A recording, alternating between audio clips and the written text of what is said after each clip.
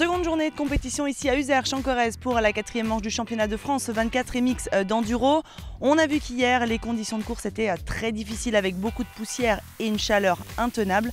Ça devrait être un peu plus sympa aujourd'hui avec des chaleurs plus raisonnables.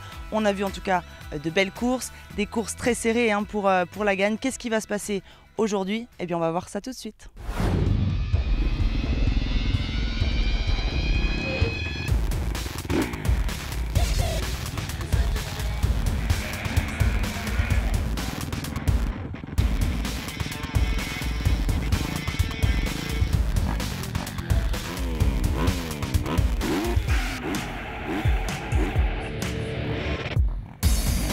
C'est un classement inédit cette saison côté junior avec la 5e position de Max Vial. Une première pour le pilote Atomic Moto qui était abonné aux 7 et 8e places depuis le début de la saison. C'est encourageant. Kyrian Mirabé est 4e après une première journée marquée par 20 minutes de pénalité suite à une erreur en liaison. L'Espagnol n'a remporté aucune spéciale mais a pris le 2e temps sur SP4.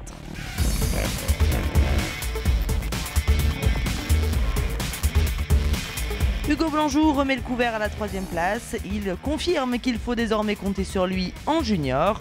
Le pilote du MCL a remporté SP5 et 9.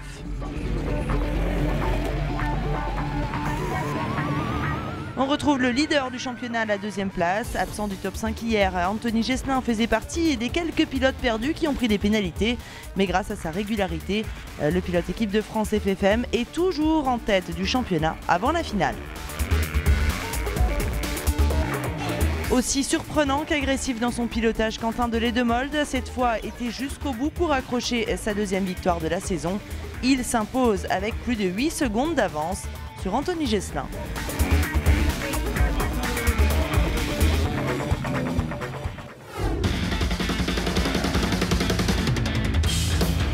Chez les E1, il est temps que la saison se termine pour Julien Gauthier qui souffre de plus en plus de son scaphoïde cassé. 5e place seulement, c'est son plus mauvais résultat de la saison. Et la présence des Britanniques qui roulent sur le mondial ont encore élevé le niveau avec le tout jeune Jamie McCanney qui termine à la 4e place. Il s'en est fallu de peu pour priver Romain Boucardet de podium. Mais le privé Yam Ryder Camp a réussi à contrer l'anglais pour une demi-seconde. Romain Boucardet a d'ailleurs fait preuve d'une grande régularité tout au long de la journée.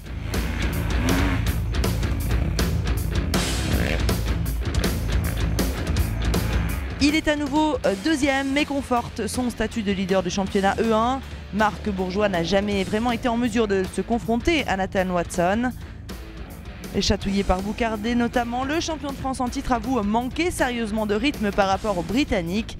L'officiel KTM s'impose sur toutes les spéciales et gagne la catégorie E1 avec 1 minute d'avance.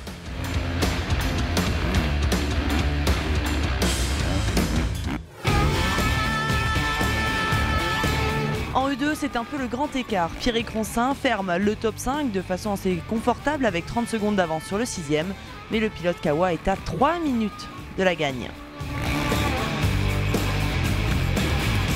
Juste devant, au pied du podium, on retrouve le pilote bêta, Alexandre Kerrer. On monte sur la boîte avec Jérémy Taroux, 3e sur toutes les spéciales. Il termine bien loin de la tête de course à 1 minute 30 du vainqueur. Mathias Bellino est 2e et jusqu'à mi-journée, il se battait dans la même seconde que Larieux, mais a sérieusement laissé filer son adversaire. Suite à une chute dans SP6, la casse du frein arrière dans la suivante. La note est salée puisque Larieux s'impose avec plus de 25 secondes d'avance. Pilotage incisif et très propre pour le pilote outsider qui remporte 7 spéciales sur 9. Il conforte évidemment son avance au classement provisoire E2.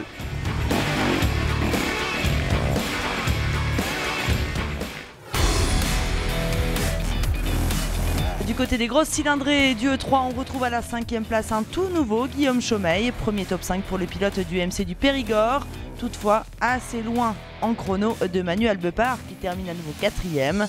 Saison difficile qui se poursuit pour l'officiel bêta qui boucle cette journée à près d'1 minute de la gagne. Devant, ça a été une fois de plus très bataillé jusque dans la dernière spéciale. Moyennement parti, Jérémy Joly avait bien refait son retard à mi-journée sur Basset et Dumontier. Malheureusement, il ne prend que la 3e place, concède encore 2 points à Basset au championnat, mais reste leader avant la finale pour 3 petits points. Antoine Basset ne signera pas le doublé en Corrèze, mais il grappille des points précieux en terminant 2e à l'issue d'une folle journée qui risque d'avoir des répercussions dans un mois sur la finale.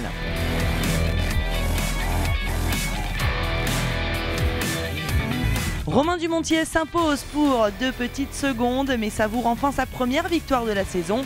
Après être revenu au contact des Basset et Joly à Saint-Agrève, le privé Yam pourrait jouer le rôle d'arbitre sur la finale au Puy-en-Velay. Dans la dernière spéciale, j'en avais déjà repris 5 le tour d'avant. Donc je savais que je pouvais faire la différence dans celle-ci par rapport à Basset et puis à Joly.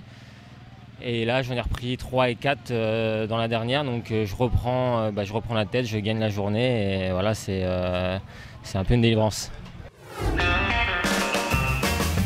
Chez les espoirs, 125 cm3, même trio de tête que la veille, mais Isaac De Wulfs est descendu d'une marche en prenant la 3e position. Le pilote TMX centrique Léo Lequéré accroche une belle 2e position, mais impossible pour lui d'inquiéter celui qui se rapproche sérieusement du titre.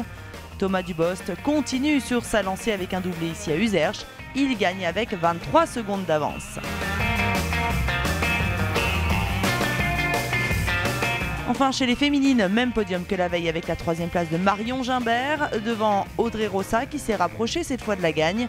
5 secondes seulement la sépare de Juliette Bérez.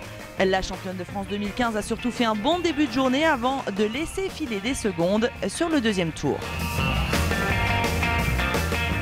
Nous en avons terminé avec cette 4e manche du championnat de France 24 MX d'enduro. Je vous donne rendez-vous pour la grande finale. Ce sera au Puy-en-Velay les 24 et 25 septembre prochains.